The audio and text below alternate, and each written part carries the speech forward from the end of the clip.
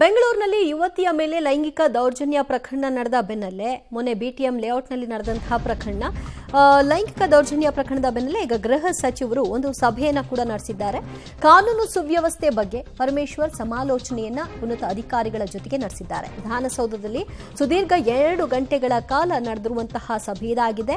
DG Alok Mohan, police commissioner Dayanand, ಕಾನೂನು ಸುವ್ಯವಸ್ಥೆ ವಿಭಾಗದ ಮುಖ್ಯಸ್ಥ ಹಿತೇಂದ್ರ, ಸಿಐಡಿ ಮುಖ್ಯಸ್ಥ ಸಲೀಂ, ಹಿರಿಯ ಪೊಲೀಸ್ ಅಧಿಕಾರಿಗಳಾದ ಪ್ರಣಬ್ ಮಹಂತಿ, ಸೌಮೇಂದು ಮುಖರ್ಜಿ, ಚಂದ್ರಶೇಖರ್ ಇತರರು ಭಾಗಿಯಾಗಿದ್ದರು. ಈ ಸಭೆಯಲ್ಲಿ ಹಲವಾರು ವಿಚಾರಗಳ ಕುರಿತಾಗಿ ಮಾತನಾಡಿದ್ದಾರೆ. ಮಾಹಿತಿಯನ್ನ ಗೃಹ ಸಚಿವರು ಸಂಗ್ರಹ ಮಾಡಿದ್ದಾರೆ. ಮುಂದಿನ ದಿನಗಳಲ್ಲಿ ಹೆಚ್ಚಿನ ಅಲರ್ಟ್ ಆಗಿರುವಂತೆ ಸೂಚನೆಯನ್ನು ಕೂಡ ಕೊಡಲಾಗಿದೆ. ಮೊನ್ನೆ ಬಿಟಿಎಂ ಲೇಔಟ್ನಲ್ಲಿ ಯುವತಿಯ ಮೇಲೆ ನಡೆದಂತಹ ಲೈಂಗಿಕ ದೌರ್ಜನ್ಯ ಪ್ರಕರಣದ ಬೆನ್ನಲ್ಲೇ ಇದು ರಾಷ್ಟ್ರಮಟ್ಟದಲ್ಲೂ ಕೂಡ ಚರ್ಚೆಯಾಗಿತ್ತು.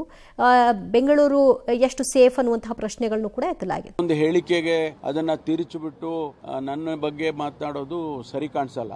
ನಾನು ಯಾವತ್ತೂ ಕೂಡ ಮಹಿಳೆಯರ ರಕ್ಷಣೆಯ ಪರವಾಗಿರುವವನು. ಭಾರತೀಯ ಜನತಾ ಪಾರ್ಟಿಯವರು ರಾಜಕೀಯ ಮಾಡೋದು ಅವರಿಗಲ್ಲ. ನಮ್ಮ ಸಹೋದರಿಯರು, ತಾಯಂದಿರು ಯಾರಿಗಾದರೂ ಕೂಡ ಈ ನನ್ನ ಹೇಳಿಕೆ ಅಕಸ್ಮಾತ್ ಏನಾದರೂ ಅವರಿಗೆ ಮನಸ್ಸಿಗೆ ನೊಂದಿದ್ದಿದ್ರೆ ನನಗೆ ವಿಷಾದವನ್ನು ವ್ಯಕ್ತಪಡಿಸ್ತೇನೆ.